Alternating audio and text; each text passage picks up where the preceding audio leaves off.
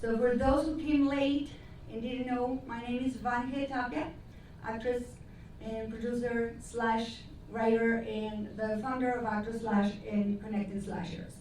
And we are at the Mexican Consulate in Los Angeles, broadcasting live. Woo! The CCCM. We have Facebook and Instagram live here. I hear some voices. Can you guys turn your volume? Please. So make sure, guys, your volume is down, and we're going to start this event right now. So if you share pictures or videos, if you're going to tell people where we are, hashtags, please use hashtags and tag us all. So I'm going to be introducing one by one of the panelists who made it possible tonight, and I'm very excited because we just watched their show, their reels, and as you notice, it's very diverse. As the Consul of Culture, Cynthia Prida, said, we have filmmakers from China, which is the case of the first person I'm going to bring in. Tannie, Tang, is an emerging cinematographer, so give it up for Tannie.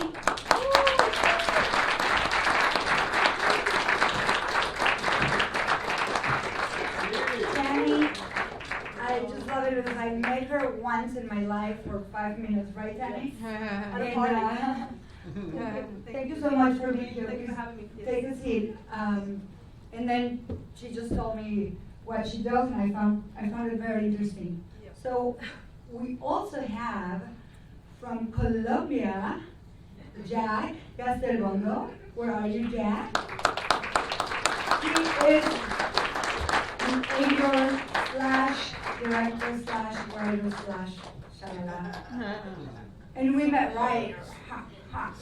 and we met in a party. Yeah, Well, actually, in a mixer that I did with Actors Slash last year, Connecting Slashers. Thank you so much for being here. Please have a seat here. And to put more flavor here into this panel, I'm going to bring to the front Kiki Melendez from Dominican Republic. She's moving from Miami just to be here. I haven't slept, I haven't ate, so I'm totally I'm excited. I wanted to be here for you. Thank you so much for having me. I am so excited that you're here. Thank you so much. Please take a seat. And then my next panelist, where is Mike? Mike Blevins. Mike, you know how we met? We follow each other on Instagram. That was it, right, Mike? And then what you do and all that, and he comes to my events and all that, and I think he's an amazing and fantastic filmmaker. Thank you so much. He's from the US. There you go. Thank you for being here. And I'm leaving at the end, La Maestra. Amazing, super happy. We tried to bring her in so many times. We also met only on social media, right? We never met before in person until today, but she's been amazing, responsive. Pablito, wait, no te vayas. Vente a la silla. And I'm gonna ask you for a big round of applause to Oscar nominee, Golden Globes nominee, SAG Awards nominee. She has so many awards. ADRIANA BARRAZA KIKI.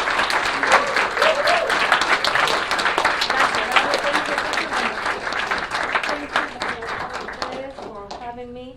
I'm really happy, and I'm really happy because this short film is well. I will tell you. Yes. And to But help thank you very me- much. Thank yes, you. Bye. and I'm very excited that you're here. And to help me, Pablito, we're gonna need an extra chair for you to sit next. To help me with some translation, I'm asking another actor slash producer. He's very famous in soap operas and series and all that. If we have an extra chair, someone can sit where Adriana was sitting. Shane, do you think you can sit next to you and then give me that chair? Yeah. Or the gentleman in front of you, I need that chair for Pablito. Pablo, I met Pablo because Adriana introduced me to him. And she told me that Pablo was moving from Miami to Los Angeles. Yeah. He's a great actor. He was my panelist before. And he's going to be helping with the translation. Yes. So thank you so much. Thank you. I can have you. Yeah. Está bien. ¿Aquí nos vamos? No. Dice Justin que no. If Justin doesn't approve. A la derecha. A la derecha. Okay. And also I would like to thank, this collaboration people. So everybody's volunteering. I have, for instance, here, thank you so much. She's all shy. I have Cynthia Moreno from Argentina. She's an actor slash producer and writer, and she volunteered to take pictures tonight. So thank you so much to her as well. So we're gonna start right now. I'm sorry I didn't give you a mic. I'm gonna do this for you guys here, so you get to share. Why me? And so you guys brought your your latest work here with us. And I would like to ask you, first of all, how did you start doing what you do? Introduce yourself. So, Tannie? Sure. And then if you need help, we have time for you. Is it on? Oh, sorry. Testing the president. Hello? Oh, there you go. Yep. Hi, I'm Tannie. I'm from China. Well, originally, I went to undergrad in business and film studies. I always like film media stuff in general. And I just really want to dive into the more technical aspect of filmmaking. I thought that would be something that I'm more interested in terms of just the whole producer, director, all these positions. I felt like cinematography is something that I really want to do. And I went to film school for it. And right now I'm just freelancing. Mostly crewing up. There's a lot of positions under cinematography on the film set that you can do, like camera assistant, like Gaffer, key grip, and all that stuff. And then eventually I do want to get better at my craft in cinematography and just become a director of photography. Yep. And we just saw commercial, right? Yes. That you do. So yeah. You're currently still studying, right? Or Yeah. you're I'm half studying, half working, so I can get the actual working experience combined with what I'm learning as well. So that I think that's like what I'm doing right now. So just juggling back and forth school and work. And I understand you were in New York first, Yes. so you moved to Los Angeles just Yes. recently? Very recently. I was working in New York most of the time. I just moved to LA for less than a year. In film business, obviously, on film sets, doing lighting stuff mostly, yeah. Well, congratulations, then, huh? See a lot of people there. Excellent. Jack, ¿cómo estás? Muy bien, muy bien. Jack Gastelbondo, and I'm from Colombia, not from China. I used to be a music teacher for a long time, and I got into filmmaking about 12 years ago. I just started experimenting with cameras and just like learning about the craft, and kind of took it as a hobby. And little by little, I just got sucked into making short films, eventually a feature film, and really enjoyed writing and directing and being able to edit my own stuff. So I've been doing it for a while, and I really like it. And a year and a half ago, I decided to quit teaching and just move here and pursue this full time. So that's what I've been doing, and I'm enjoying the process and just really trying to get better at what I do and hopefully make a living out of it. So Jack, the That's what we all scene want. that we saw, it's actually a scene that you created. It's not part of a movie or anything. You just created to join forces with two actors because probably they need a reel or something. But you also did it because you wanted to, as an exercise, I think that's what you told me, to showcase and show how you can start with simple and then start building some tension and then mystery and something that you want to talk about? Yeah. So basically, the two actors, Brian and Kate, the two actors in the scene, are friends of mine in Denver. They're theater actors primarily, and basically the scene in Denver here is very different than here. It's not a lot happening in terms of filmmaking in Denver. So it's a small group, and I created that scene, or I wrote that scene for them in mind, just to do something really short. So order some pizza. That's my house, where I used to live, and we just wanted to all work together. And the crew was a small crew, and everyone was a friend of mine. So we just decided to spend a couple of hours and do it, film it at my home. And so what's cheaper than a hammer and nail, two starving actors, and and a camera, and pretty simple shots. So we just wanted to do something really simple. And then the guy who was driving the car, so a good friend of mine, was like, "Can you just drive across that way? Can you look awkward, as you're looking at us?" And it's so really simple stuff, but I was gonna say, from now on, every time I see someone driving, I'm gonna, probably, are you like, if I failed something on the wall. It was a good experience. I mean, we shot really quickly, but the point is that you can tell good stories without having to spend a whole lot of money and be able to practice the craft. Yeah, that was pretty good. Love it. Thank you. How on earth did you do the blood? Is it like an After Effects, the blood leaking out of the? No, that was like syrup and like ketchup mixed in together. Something like that. Just like with a syringe, you And then you know. just put it. Okay, someone was behind the wall and like. No. I was like, how did that happen? Very well done. Kiki, this woman is amazing. She is a producer. She's a truly slasher, an actor. She runs her own production company and 2 festivals. No, just And- one. Well, the first production company I've seen it in Acapulco Festival, wasn't it? Oh, I did Latin Hollywood Yeah. upfront. So, Yeah. but I don't run, I turned that into Omni. Gotcha. Yeah. But let's talk about the Omni right now. She showed us the festival that is gonna happen, the 2nd edition here in Los Angeles, right? It's gonna Yes, be 2020. so we all the time see festivals, film festivals, right?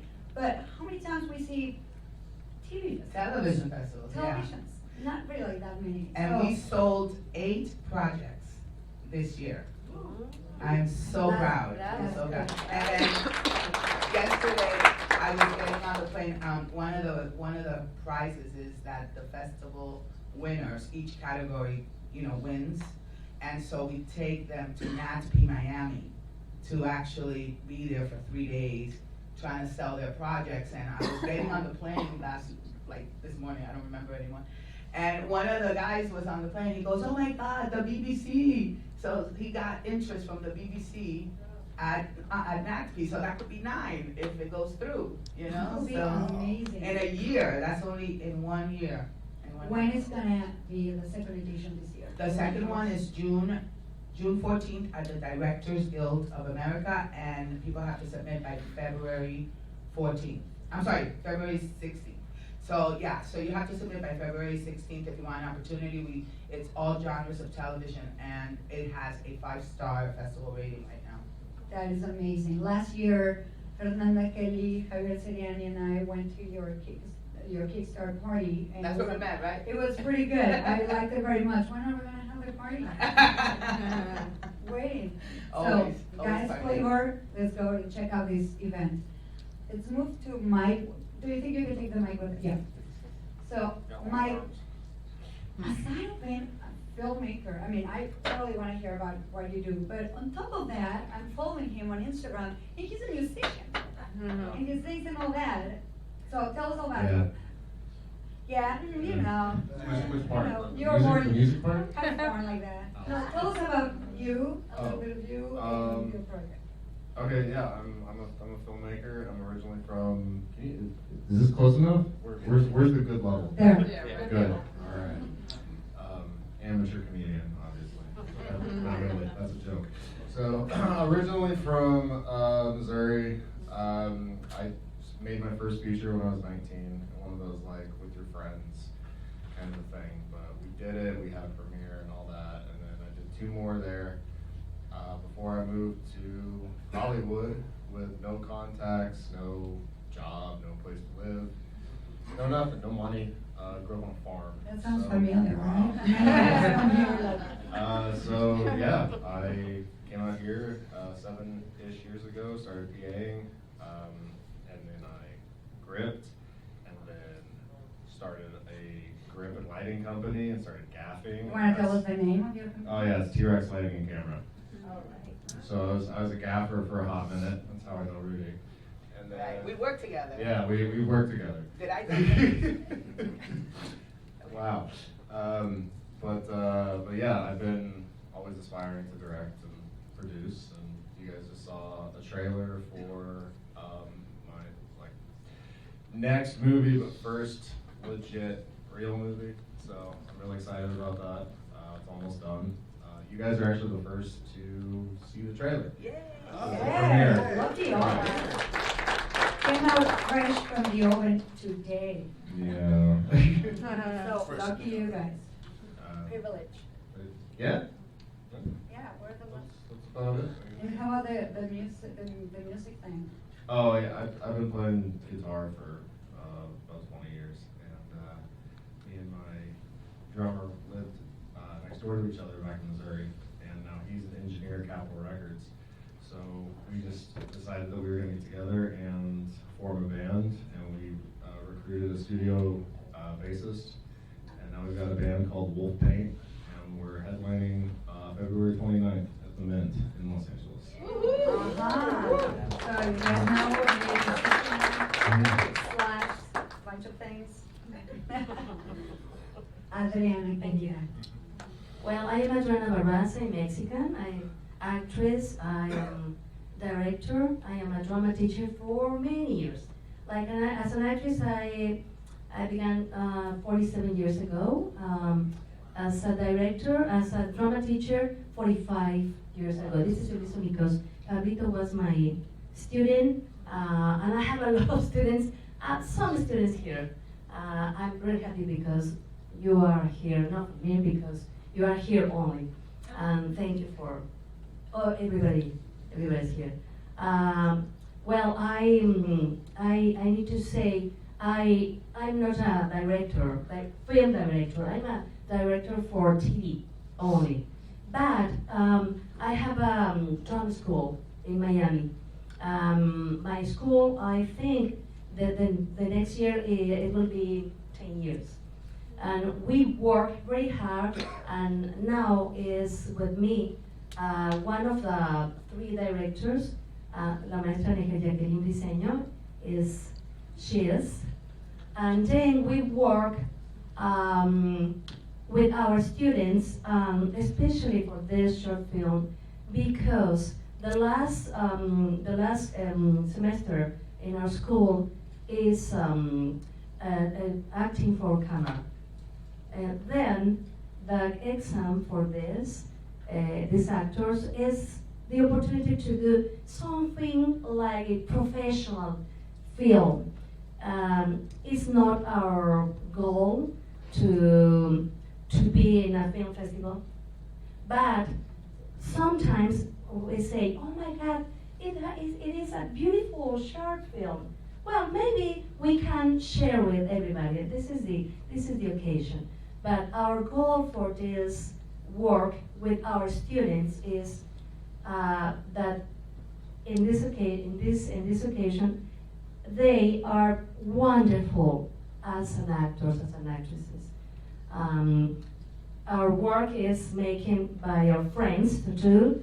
That's the script of this short film was written for Neca Jacqueline Briseño, my friend and actress too, that is there. I'm not talking about my life because I think my work is my life. Yeah. And my love is el espacio escénico. This is my love, the stage. And then I think this is the reason because we are here, even if we are not something to eat. Yeah. Speaking of eating, thank you so much for bringing Mexican Oh, yeah. candy and tres leches and pigs on the blanket. Yeah. I didn't know it's typical from Missouri. If you know the food that was put outside, every single one of them brought food for all of you from their home country. They cooked every morning in the morning. Thank you. And it was delicious. Hey, Adriana, so tell me something. So I remember going to the private screening of Cake with Jennifer Aniston, and she was on the Q&A, and then someone asked about you, and I was like, Mexico, like her, yeah, Mexico.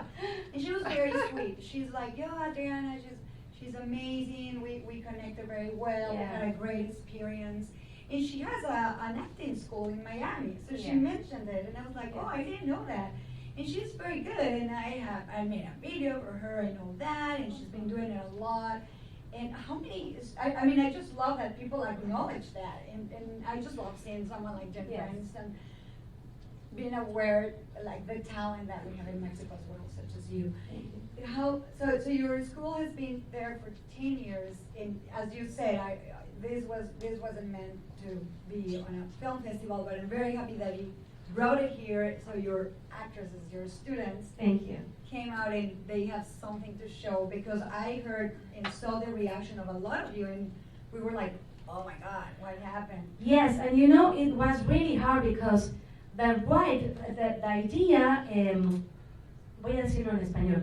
Nosotros, la maestra en equilibrio y diseño tiene que escribir según el número de alumnos que tenemos. The teacher has to write according to how many students they have. No siempre es fácil, porque hay que inventar una idea en donde cada estudiante pueda hacer lo que tiene que hacer.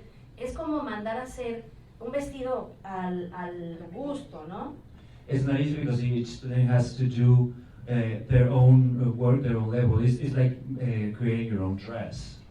No es como podría ser con algún otro cineasta que quiere decir algo y entonces primero lo piensa, lo escribe y después va y lo produce. It's not like other filmmakers that they think about an idea, then write it down and they go and produce it. It's not like that. Porque no es nuestro gol, como lo dije, no es nuestra meta. It's not their objective. Nosotros no somos una escuela de dirección de cine, somos una escuela de actuación.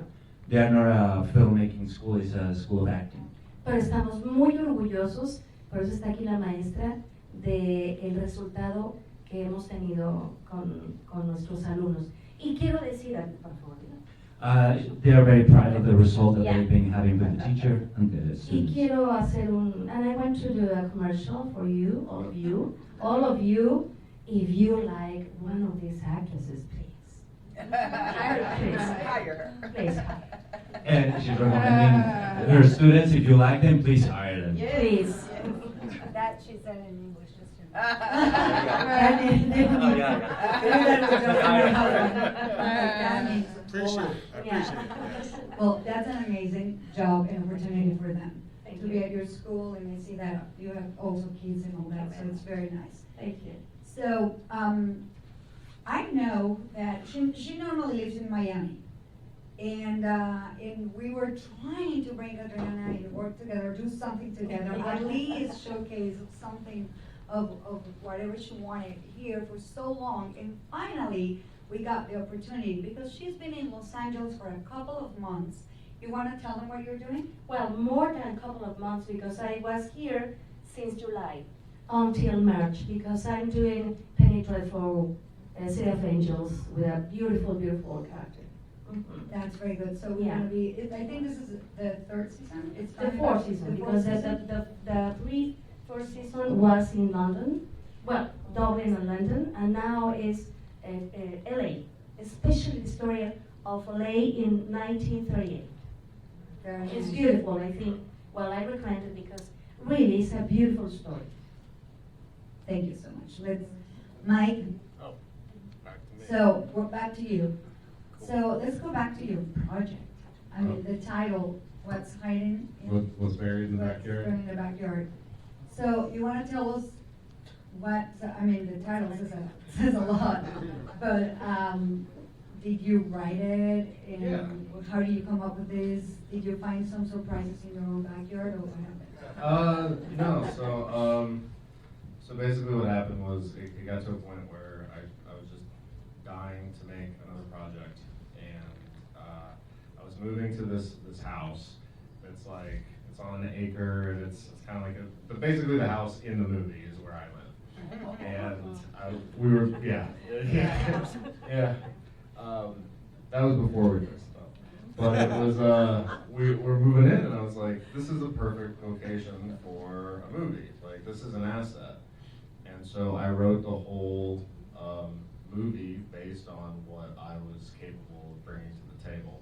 And I have cameras and lights already with my company, so it was basically all there. It's kind of a no-brainer. The funny story is I had raised several $100,000 to make the project through like a club owner and a magazine owner and like people with money that put it together. And they wanted to pair me with a co-director. And I was not okay with that.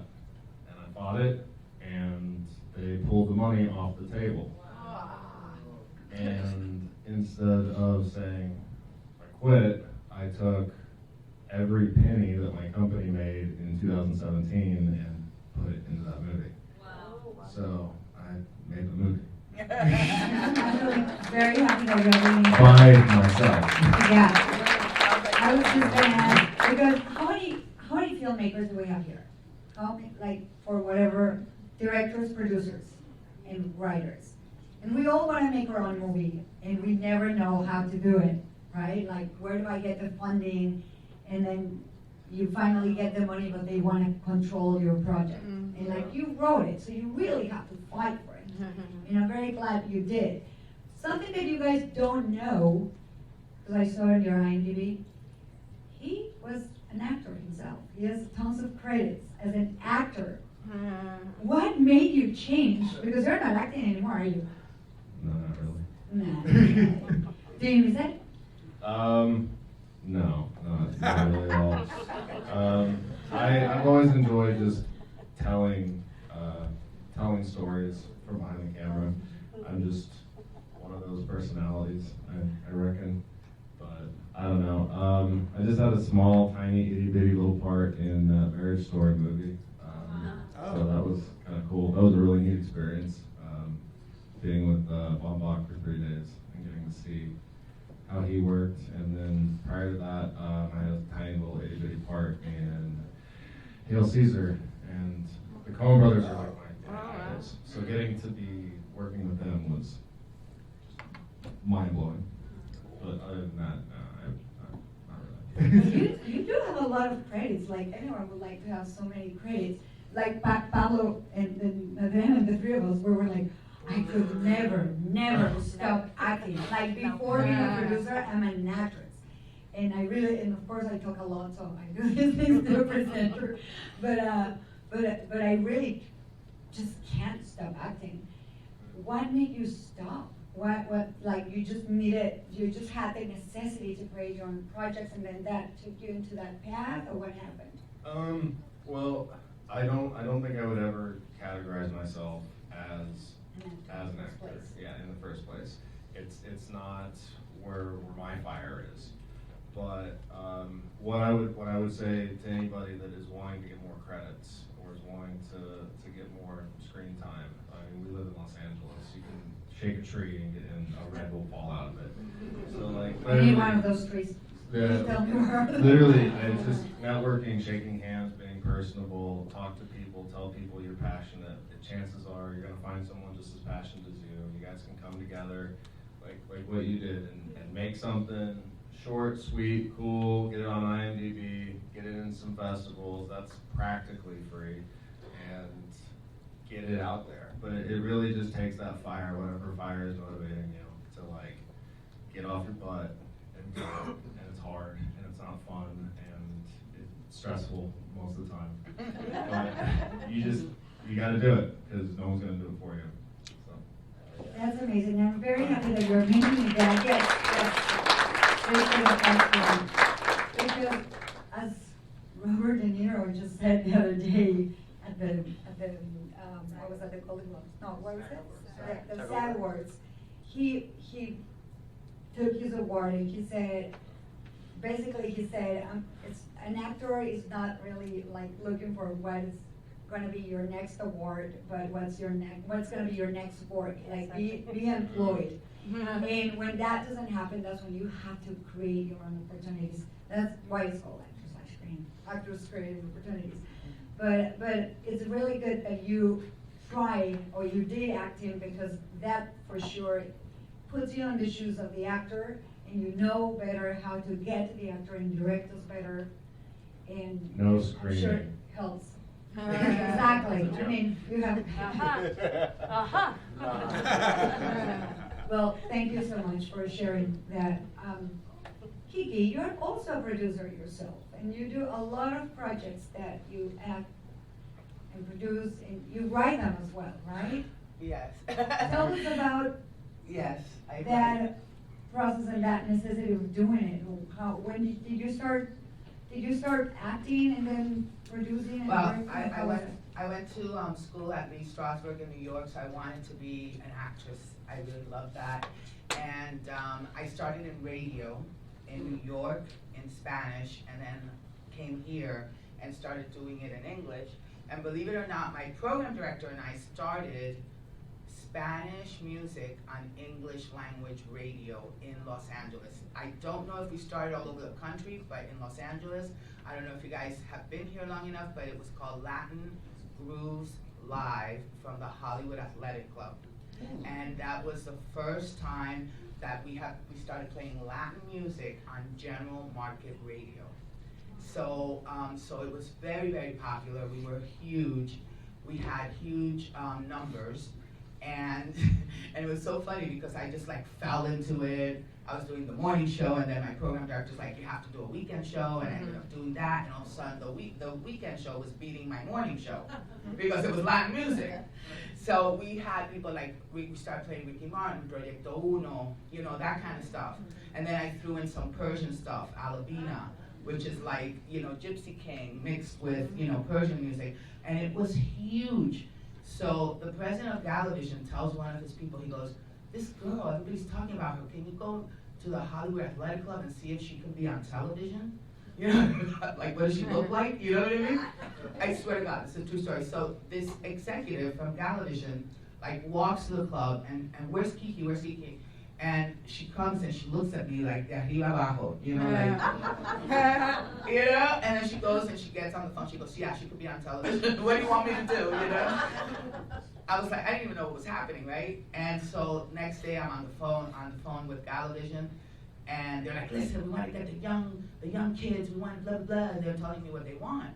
And what would you do? What would you do if I told you, you know, blah, blah, blah? And I said, I don't know, I'd do like a bilingual entertainment show or something.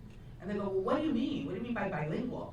And I go, well, what I would do is, tú sabes, comienzo a hablar inglés, y cuando yo veo que ya estoy perdiendo la gente, I switch back into English, and then I start to like really get to know my audience, y después ya yo sé qué puedo hacer. And I started speaking bilingual to him, he goes, oh my God, can you give me a test? He goes, I don't have any money because my budget is over, but I will give you an hour on Galavision, and you do whatever the hell you want.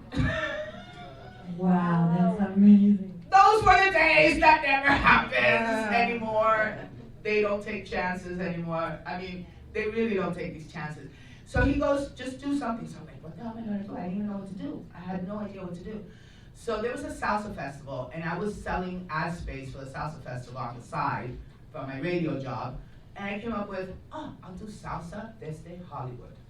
And it's going to be about the influence of salsa music in Hollywood. And I took my little camera, and I just went wherever salsa music was being played. And all these miracles started to happen. All these miracles. Like I ran into Alec Baldwin at the airport, and I started dancing salsa music with him. Like miracles. I went here, Magic Johnson was there, I started dancing salsa with him. And it was this stupid show. And Eva Longoria had just arrived from Corpus Christi, and she was my sidekick. She was my little sidekick, right? She was like, and so we were just interviewing random people in the streets, like nothing planned, just talking about salsa, playing salsa, dancing salsa. Then I found an Asian Japanese salsa group, and I put them on the show. You know, they were doing salsa in Japan. So it was just this crazy, just bullshit idea. So then all of a sudden, like the station was getting 0.03, right? So salsa does the Hollywood premieres, right? And the next morning, the president goes, are you sitting down? I'm like, what? He goes, you got a 2.6 million viewers.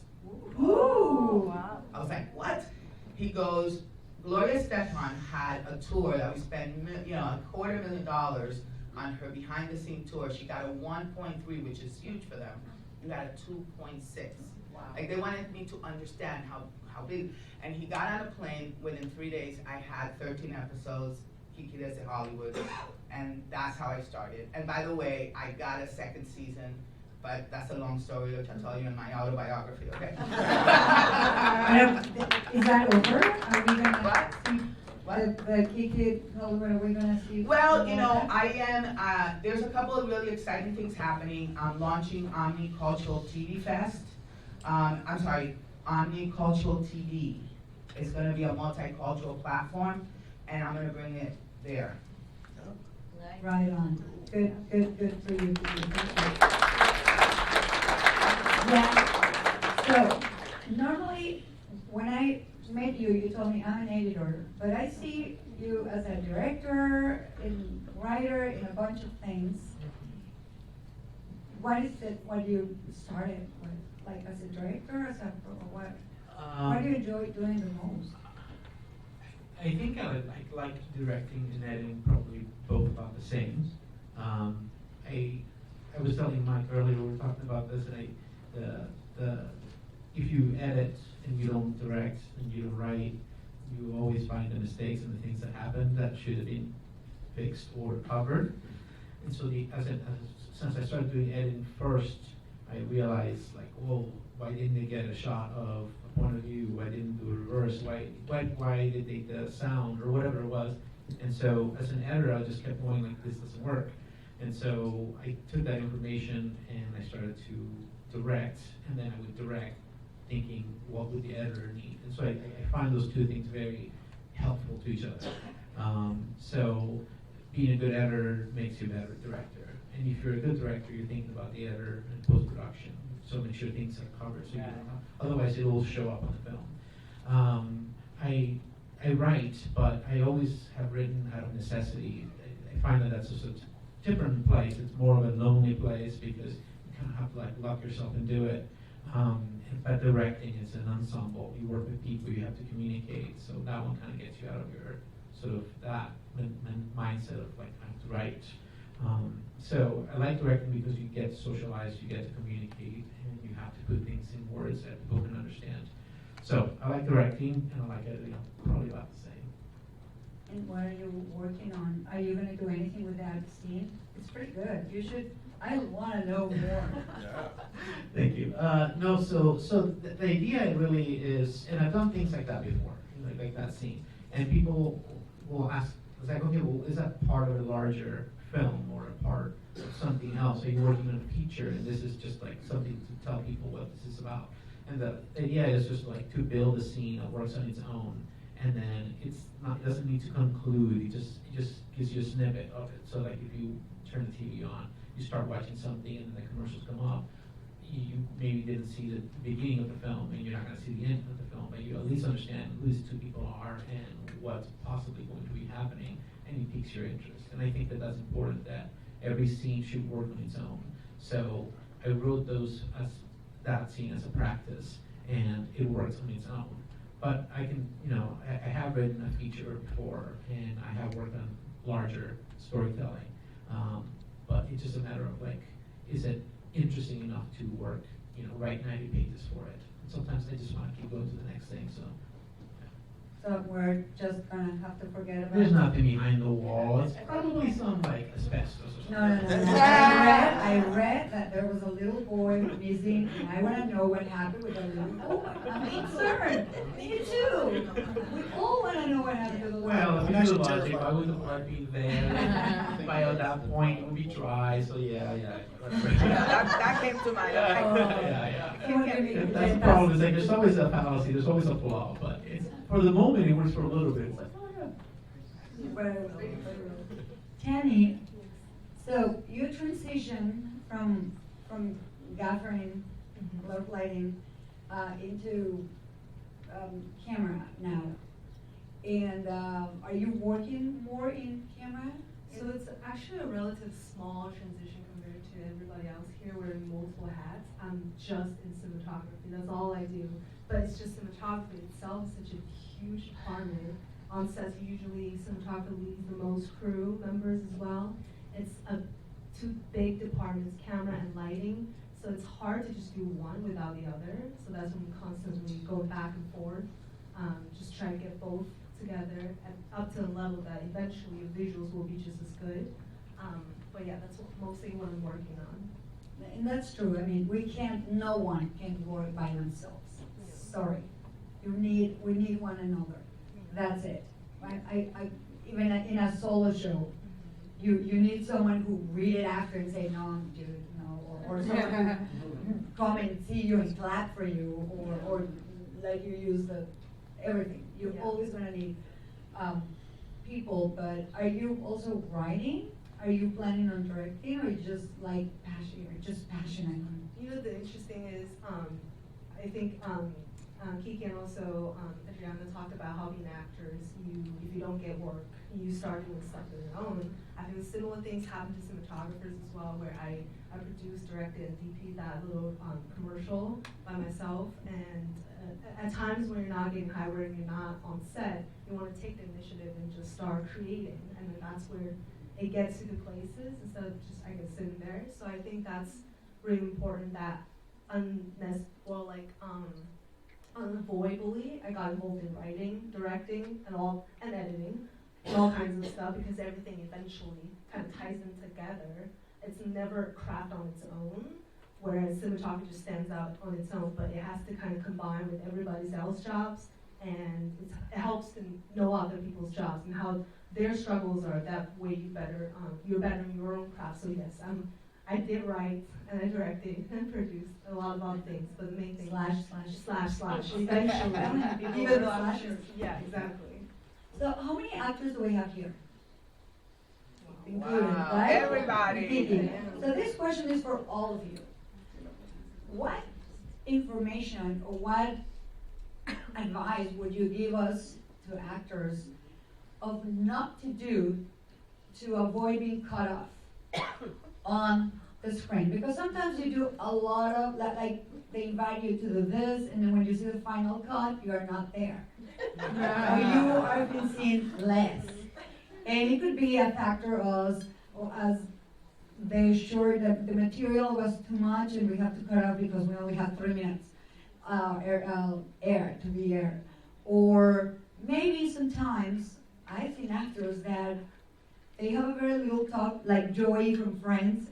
He had to do the scene, the butt of Robert De Niro, and he just kept trying to get everybody's attention. So some actors are going to try to like maybe Adriana is talking and I'm talking at the same scene. Instead of reacting, I'm just like looking at her. Instead of reacting to what she's saying, and the camera is on me, and probably they're gonna cut me because I'm not giving them anything.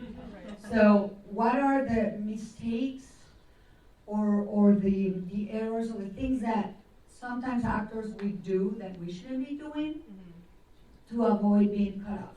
Well, you guys, all of you have done it. You just directed, so everybody knows this. What can you give us?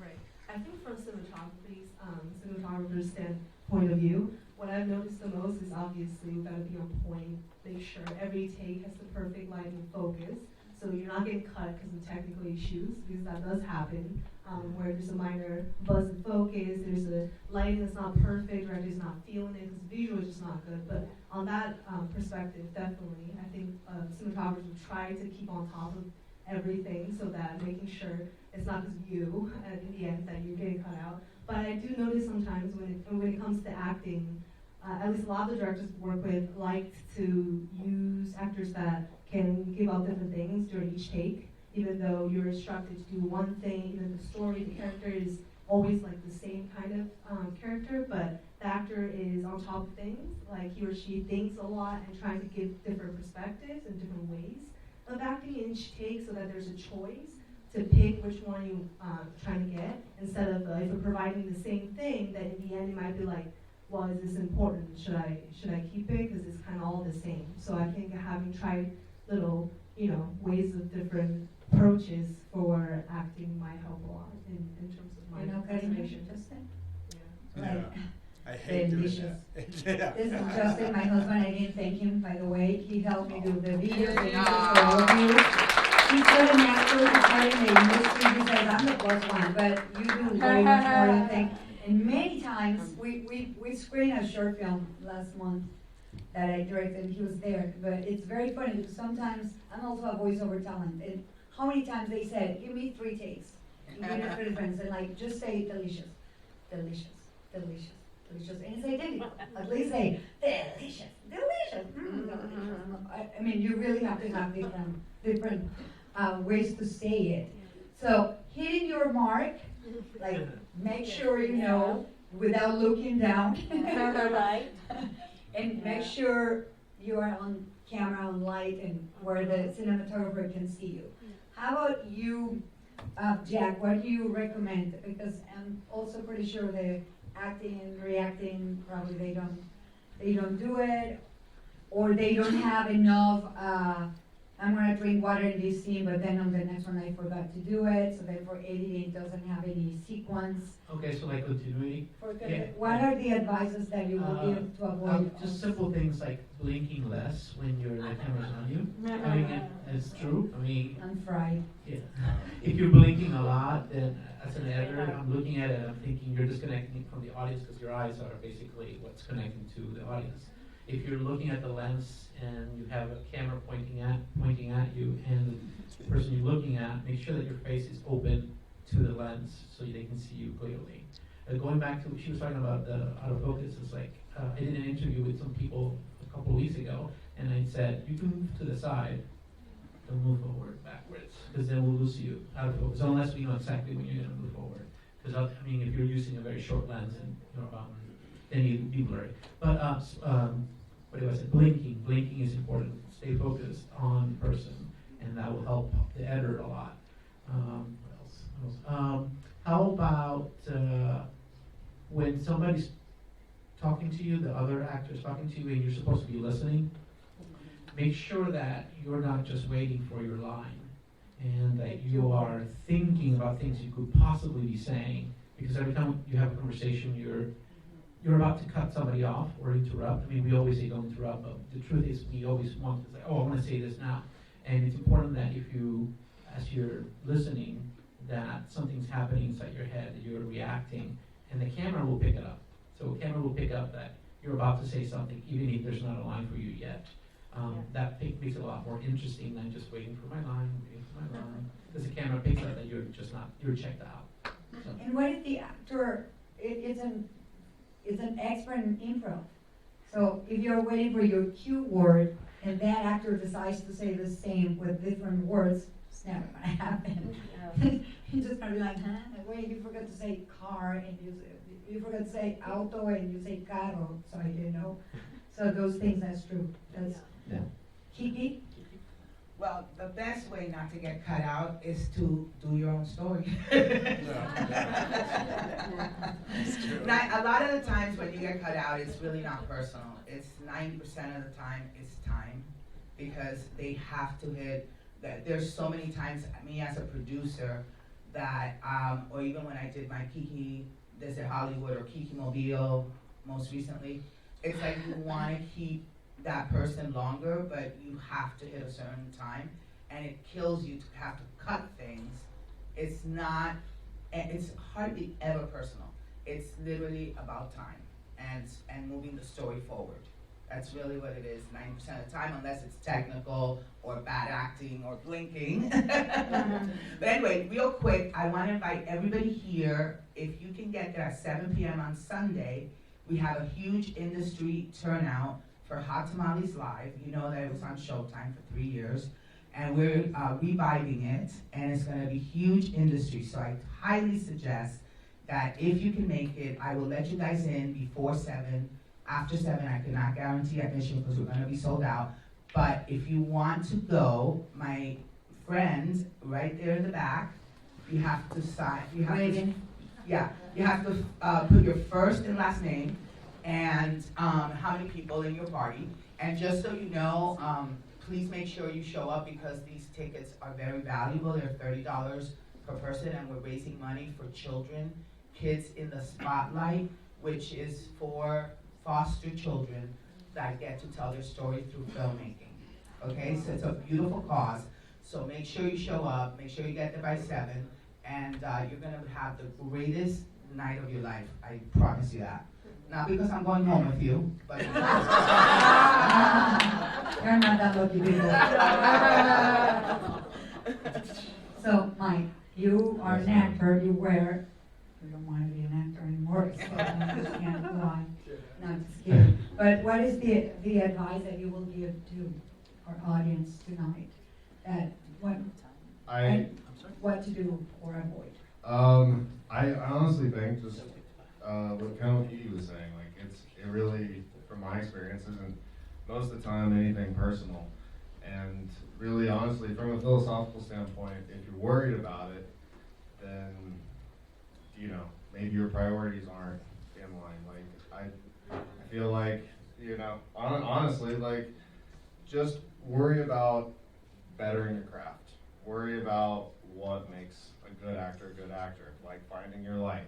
You know, like, I cannot tell you how freaking important that is. Being immersed in the scene. Don't just show up, don't be cattle called in by the AD and show up and just wait for your line. Show up, immerse yourself on the set, figure out, feel that light, figure out where the camera is, figure out where the 180 line is, figure out what happened, where you're coming from, where you're going, the energy, everything, you know. If you're you know, I'm sorry, I'm getting ahead of myself, but if you're studying acting, you know not to do the blinking thing, you know, to try and, you know, deliver different versions of lines and whatnot, but then also just really immerse yourself in that scene from even the technical side. Which doesn't mean asking 100 questions when you're on set, right? Oh, yeah, no. But if you do have to ask questions, honestly, it's better, if you can't figure it out on your own or using deductive reasoning, it's better to ask a question than to screw something up and then blow a take or, you know, set it back, set time back, so. So learn your lines, and it's okay if you, as a director, you like when actors ask you, like, or to the DP, what's my frame or anything like that? Tannie, is it okay to ask? No, that's fine. Oh. You guys. Oh, by the way, speak to me because I might have a home for your film. Yeah. Uh-huh.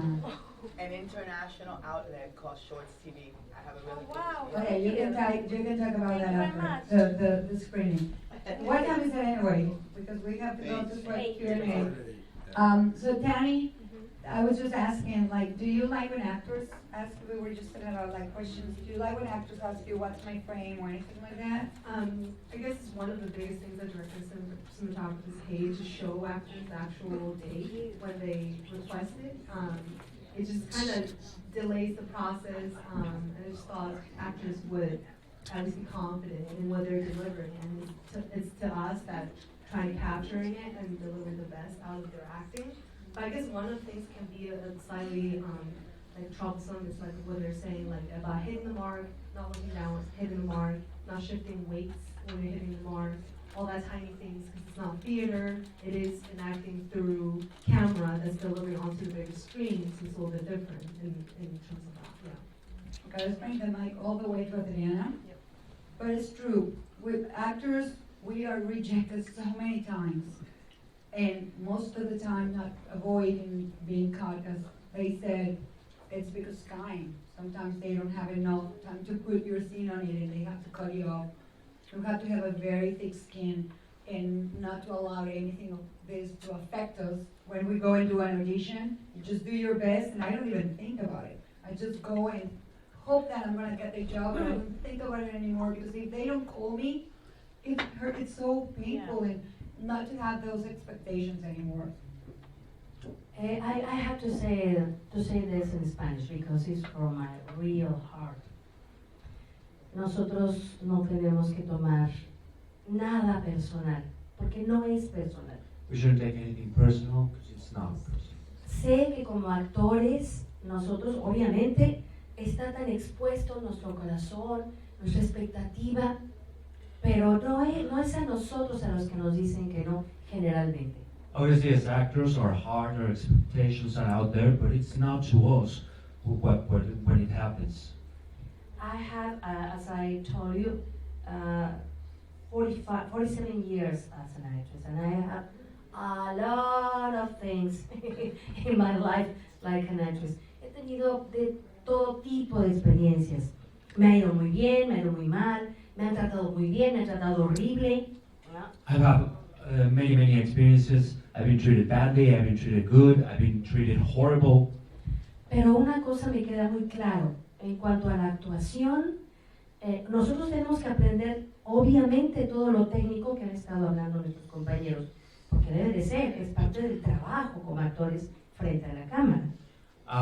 But one thing I'm clear about is that obviously we got to learn everything, especially technical part of acting, because it's part of our job in front of the camera. Pero lo que no debemos olvidar nunca, porque si no dejamos de ser seres del espacio escénico, But we should never forget this, because if not, we would stop being people from the scenario.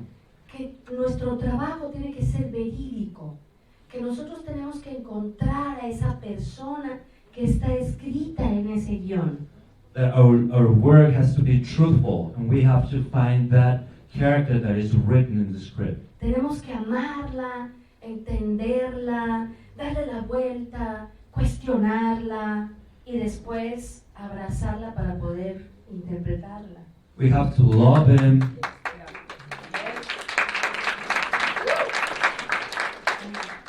We have to love him, question him, and after that, hug him so we can understand it.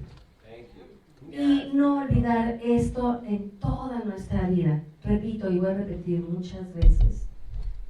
And don't ever forget this in our lives, and I'm going to repeat this a lot of times. I have 47 years on the stage. And this is a beautiful phrase that is my flag, I think. It's a beautiful phrase for a wonderful professor of mine, Sergio Jimenez, and he said, I have to say in Spanish, quien no tiene fuerza para sostener un sueño, no tendrá fuerza para sostener su vida. If you don't have the strength to hold your dream, you won't have strength to hold your life. Y así es en todo. With money, with fame, you have to embrace your dream your whole life. If not, we don't have nothing, I think. Very well done. It's true. I agree. With anything you do, not only act, whatever you do. We're gonna go with Q&A. Before we do that, I want you guys to tell us what you're up to next and where can they find you? Your social media, if you would. Although if you go to actors/connected/slashers, they're all tagged in every single post. You can find them there. And also, I would love to know who's your dream person that you would like to work with, regardless if he's an actor, or director, or producer. I mean, I know you've worked with Alejandro González Iñárritu and greatest actors and directors and everybody, but who will be someone you would really like to work with? No sé. No? Mucha gente. Because when I saw a movie, for example, I saw Parasites, and I said, oh my God, I want to do this. I want to work with this girl. Oh my God, this is an amazing actress. The father, I don't know, because, you know, I think for me, I don't have an only way, an only goal. I want to have a lot of things, a lot of wishes. And I want y creo que mi mejor cosa que estoy haciendo, mi mejor deseo es lo que estoy haciendo ahora. Right. Yeah. What's your favorite movie? It doesn't have to be a movie that Yes, you I work have. on, but do you have a favorite movie? I'm sorry. I'm sorry. Candid. It was ahorita pajarito. Yes, I remember Sergio Jimenez told me that maybe you have a favorite movie, but maybe it's not the most interesting, the most artistic movie for you. But it's your favorite, and my favorite is Cabaret. Yes, because I think, and I saw this movie many times for many years, and I think it's an amazing way to tell the story about what a nation changed their way of thinking with music and with a beautiful and so hard image. Seriously, because I love it, and this movie has an amazing this kind of moments, and I say I have this beautiful moment for this actor and these actresses, and I remember a so painful gesture when Liza Minnelli say goodbye to her amazing love in the train station, and then she walk, and you can see her back and only the gesture, with a lot of pain. But this hand is funny. Life's gone, but we know how this heart is broken maybe for the whole life. Well, this is because I love it. That was very intense. Yes, but I had one heart attack 20 years ago, and the doctor said, "Oh my God, you are so intense. This is the reason because you have this heart attack." And I said, "Yeah, maybe." Wow, that's amazing. That's very cool. So how about you, Mike? What's your favorite? So if you wanna find him, he's not as Michael, it's Mike Blevins, and no, it's Blevins. Yeah, Michael Blevins. Blevfilm _LA. That's on it. Instagram. So what's your favorite movie? Okay. Well, to answer your first question, just really quick, I really, this is so cliche, so don't stone me here, but I would love to work with Tarantino. But I've been a fan of his since like before he was cool, like when I was like 9 years old, before he made Kill Bill, if that gives you any clue. So How old are you? Okay, I'm 32. So, but I love to work with him. But my favorite movie, if you've ever seen The Good, the Bad, and the Ugly, the bad was this guy named Lee Van Cleef. He starred in a movie called Sabata, which was a true spaghetti western made in Italy in '66, I believe. But it's just wild and wacky and crazy and fun, and it's basically, there's not really anything like it still to this day, and it's really cool, but no one really knows about it, so watch it. Sabata. Hey, people, can we do the signing thing when we're done? Do you mind? So they can enjoy the, thank you. Let's just stop right there so everybody can enjoy the Q&A. Thank you. So Kiki, where can they find you? Kiki Melendez? Nothing, everywhere, Instagram, Facebook, Well, first of Twitter. all, if you guys want to be inspired, you gotta watch Journey of a Female Comic on Amazon Prime. That is all about all my ups and downs in Hollywood, coming here from another, from New York, and having to like have the rejections and all that stuff. It is really inspiring for actors, to tell you the truth, so I love that. And I'm also doing a new movie. It's called Chase, Hope, and Faith, and it is a faith-based film about a true story that happened to me and a A-list celebrity, and it is incredibly inspiring. So we are in the process. We already have the funding. We have some big stars, and we're in the process of finalizing the script that's going to go into pre-production. So, and then of course the festival.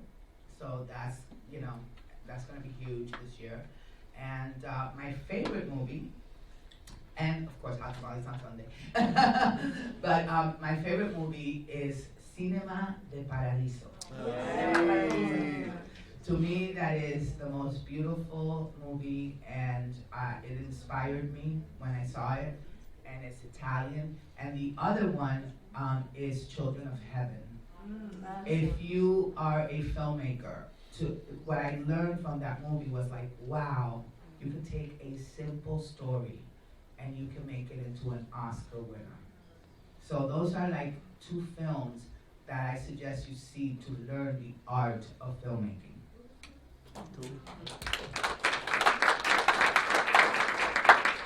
So you can find me on Facebook, and also my full name, Gastelbondo.com. I have a website for my editing stuff. But I think you're like Gastelbondo Jack. You're not No, Jack Gastelbondo, it's backwards. No, yeah, right. But Just so you know. But the website is Jack Gastelbondo. Because there's a bunch You're of making me Jacks. question myself.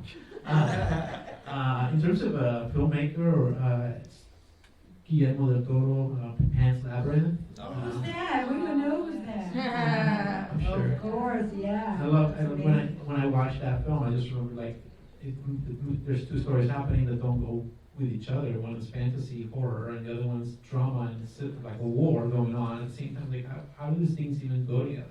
And so I love the juxtaposition, putting those two things and somehow making them work with each other.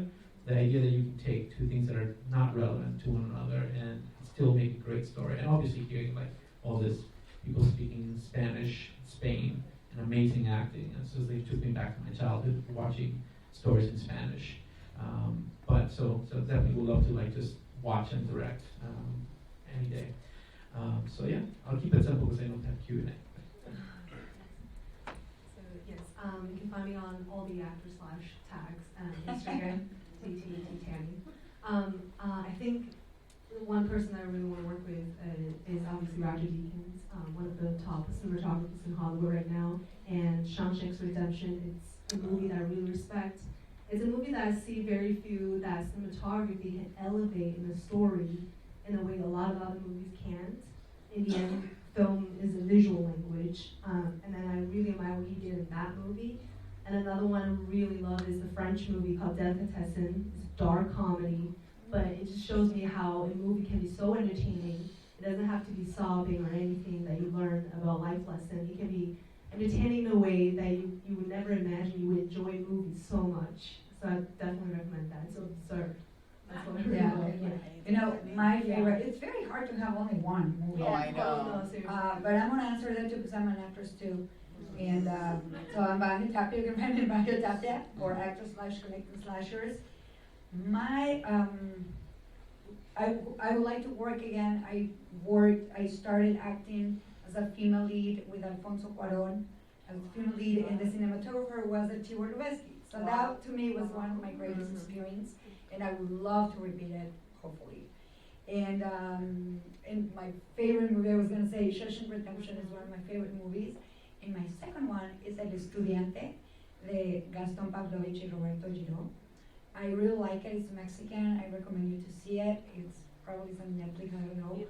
It's an amazing, and I did a panel with both of them. They both are my friends, and it was just beautiful because also Gaston was saying that it was, I think in English they pronounce Gaston Pavlovich. But Gaston Pavlovich, for those who don't know who he is a Mexican producer who produced the oh my God, the movie that's right now with in the Oscars nomination. It has 10. The Irishman. He produced it, and he produced The Silence with Martin Scorsese. He's done a lot of movies, and Roberto Giro is also fantastic. So I really love, and I love to work with him as well. So those are my two favorite movies. I have so many as well. Amelie, I love it. Yes. But let's go to questions. Let's go move the questions with the public. So just raise your hand and tell us. I know everybody wants to say thank you and you're great and all that, but let's keep it a little fast so everybody can answer because we have to empty the console at kind of like in a good time. So let's try to make it simple and do the questions. So just raise your hand and who wants to, who has questions and to who? Anyone has a Q&A? Anyone? No, nobody really has? Okay, Shane. So, all you wonderful filmmakers, let's say, for instance, hypothetically speaking, I'm just asking for a friend, if you had a sweet feature film done, and you're trying to market it to the studios, not the little guys, who's got the studio connections out there, and where should we place it in front of them? Thank you. Who wants to answer this? So, Kiki. Kiki. So you have a film that you already finished, Correct. and you want to get to the big studios? Well, we're submitted to several of the local film festivals, but, you know, with 1,000 other people that think their stuff is brilliant.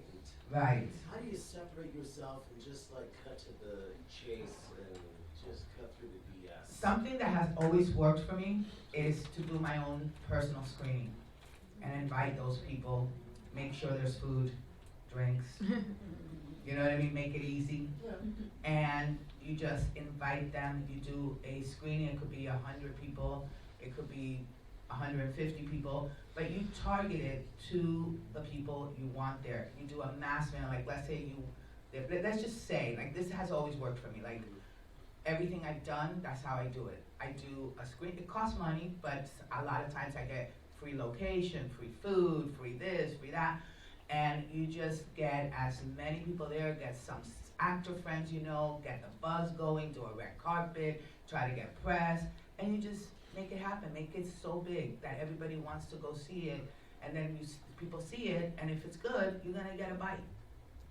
And then you control it. Thank you. And I think it's also a good idea to do networking. Like you were saying, we were saying, go to different events and talk to everybody. Like I met a lot of people just like that. I met you probably when I went to your festival. I didn't even know who you were, but then I came and said hi, and then I saw you in another party in December, and I invited you to come here. Yeah, So just don't be afraid listen to say what hi. this one kid did. He was a student, and he has money, so we can't make him an example, but his parents have money. But he finished this film, and he was so freaking smart that I'm actually gonna try to do this next year. He says, Kiki, I'll buy the whole theater, right? Mm-hmm. It'll be, and it wasn't much, it was I had two theaters. So he says, I'll buy the 99-seater, I'll buy tickets, like if I was buying regular tickets to your festival. And he bought the whole theater, and then he had the people in the festival, he invited all the people he wanted to see. To make the long story short, he didn't win the festival, although his parents were forcing me to make him win. But I leave all the judging to the judges. I stay away from judging because I want my festival to have integrity. And anyway, he didn't win, but guess what? He sold his project. He sold his project internationally. He's a director, and his mother called me literally crying, I think it was yesterday. And I thought something was wrong, and she was like thanking me because apparently this particular sale has gotten him all this exposure. You know what I mean? And it's just all this business coming his way because he sold it on an international platform. And it wasn't even that great of a film. I mean, I was like, what? Really? That's how it's done. That's how it's done. So, Not naming names. Jack, do you have an advice No, to she give? just gave me. Anybody else? I'll Do you have? throw my 2 cents into the well. I would just say, if you already have the finished project, then your fish the fish you're going after are the distributors and the foreign sales, people. So, and at that point, ideally you're going to want to work backwards. I actually was working with this group called Nosotros. Are you familiar? Yeah. With them? Yeah, Ricardo Montalban's company. Yeah. Or whatever. Nosotros. Yeah. Nosotros. So I know. And they had a big kind of a thing like this, and one of their salespeople basically was like, yo, talk to the distributors. They'll tell you what they want. They'll tell you what content they are needing to fill their holes. So if they go, oh, we're actually needing some teen horror for this platform or whatever, write a teen horror movie and make it and sell it to them. And don't, find out how much money that platform is going to pay out, and then whatever you do, don't spend more than that, and then you have a profit. So I would work backwards, find your target audience and figure out, or your target distributor and figure out what they are needing, and then go from there. Anyone else has a question for any of these amazing? Nadia.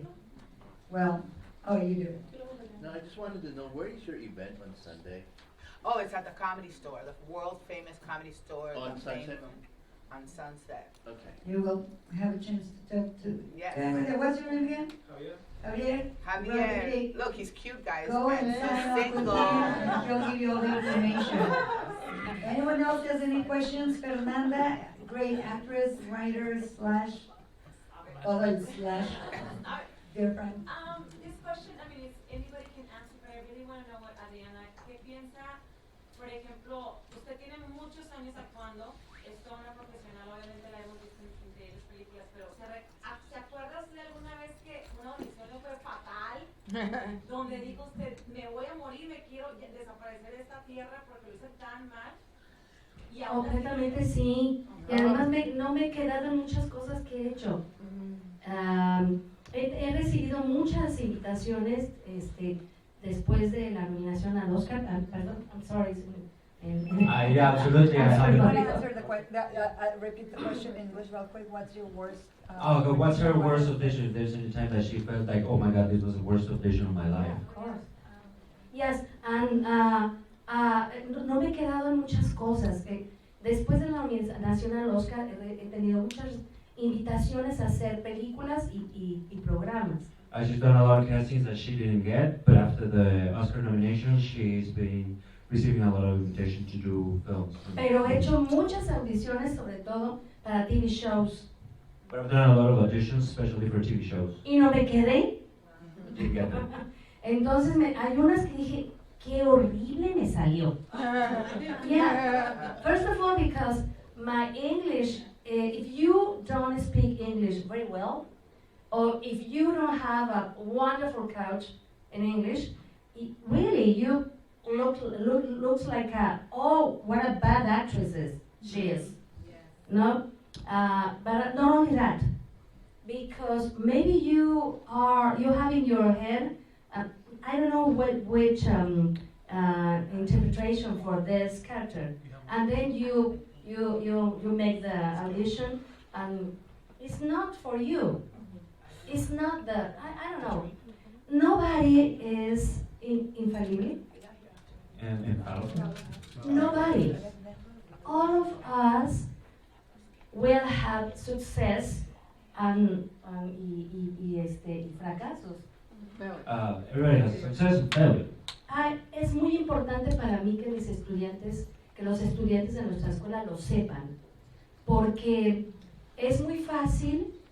It's very important for me, for my students to know this because it's very easy. Es muy fácil que los estudiantes digan, ay, ella está nominada a un Oscar, oh, mira con quién está trabajando, oh, y es muy aspirable, ¿no? It's very easy for students to say, oh, but she was nominated to an Oscar, look who she's working for. Pero tienen ellos que saber, porque esa es la vida real, que no es fácil, que uno va a fracasar y uno va a triunfar y va a quedar luego uno a la mitad. They have to know that life is like this. It's not easy. Sometimes you're going to fail, sometimes you're going to success, and sometimes you're just going to be in the middle. Y cuando no me ha salido mi trabajo, llego especialmente con ellos a decir, bien, este trabajo no me salió. ¿Por qué no me salió? Reflexionemos. And when I'm not successful in one particular job, I come with my students and I tell them, this one I didn't like. Why is it that I didn't like it? We are here. I think we're being kicked out. That's a signal. That's a signal. Así que es pan de todos los días y bueno, a veces ganamos, a veces no, pero no hay que perder la alegría. Ni modo, rodilla en tierra, pero hay que levantarse. And we're ready to go. But I'd like to have some pictures with all of you guys, so stay where you are. And I'd love for you guys to be in the picture as well, so come closer, please. And let's ask our amazing photographer. No, Kiki, espera, espera. I'm getting my camera. And let's get together here. And thank you so much to Pablo. Pablo Tang, he's a great actor and producer. He helped us do the translation today. He's been here as kind of. It's a pleasure to meet you guys. I might go because I only have 1 hour sleep, so like, hi. But it was great. I want to come to the next meeting. Megan, ponte vamos para la foto ahora. Vamos, okay, so. Let's have a picture with the girls first. Oh, mid-late February. Oh, okay, like every month. Okay, very good. Yeah. What's your name? Alberto. Alberto. Your name? Jasmine. Jasmine, un placer. Nice meeting you. Igualmente. Oh, thank you. Oh, Megan. ¿Cómo estás? Happy New Year, querida. ¿Ah? Merry Christmas. Feliz de los Reyes.